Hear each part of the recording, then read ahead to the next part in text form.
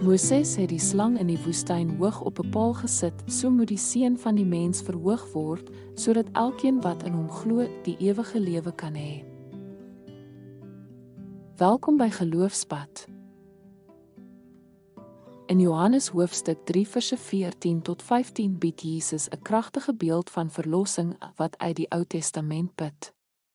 Hy praat van opgelig wees en verwys nie net na sy kruisiging nie, maar sluit ook aan by 'n vroeëre oomblik in Israel se geskiedenis. Terwyl ons oor hierdie gedeelte nadink, sien ons die diepgaande liefde van God en die hoop wat gebied word aan almal wat eenvoudig sal kyk en lewe. Jesus se woorde aan Nikodemus was diep gewortel in die geskiedenis van Israel, veral in die voorval met die bronslang in Numeri hoofstuk 21.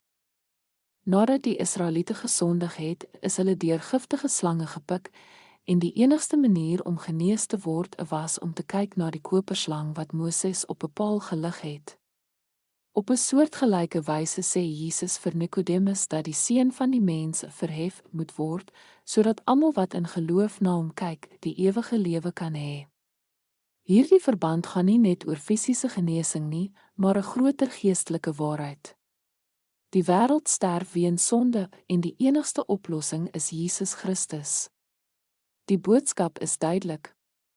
Redding is vir almal beskikbaar, nie deur ons eie krag of pogings nie, maar deur te vertrou op wat God voorsien het.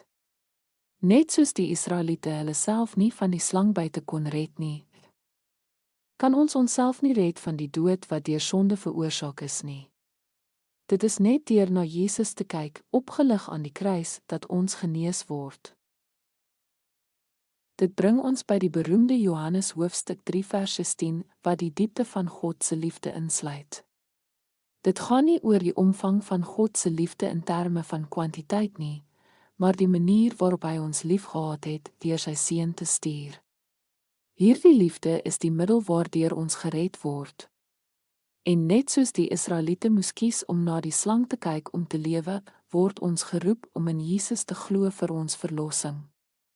Net soos Nikodemus gesukkel het om Jesus se woorde te verstaan, kan baie van ons dit moeilik vind om die eenvoud van God se middel vir sonde te begryp. Maar Jesus verseker ons dat dit deur geloof alleen is, soos om bloot na die slang te kyk, dat ons nuut gemaak word. En wanneer ons op Christus vertrou, word ons wedergebore nie deur ons eie krag nie, maar deur die Heilige Gees. Kom ons bid.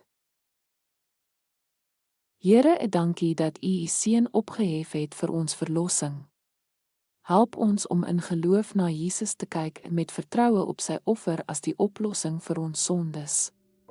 Mag ons die nuwe lewe wat U bied omhels en leef in die lig van U liefde. In Jesus se naam bid ons, amen.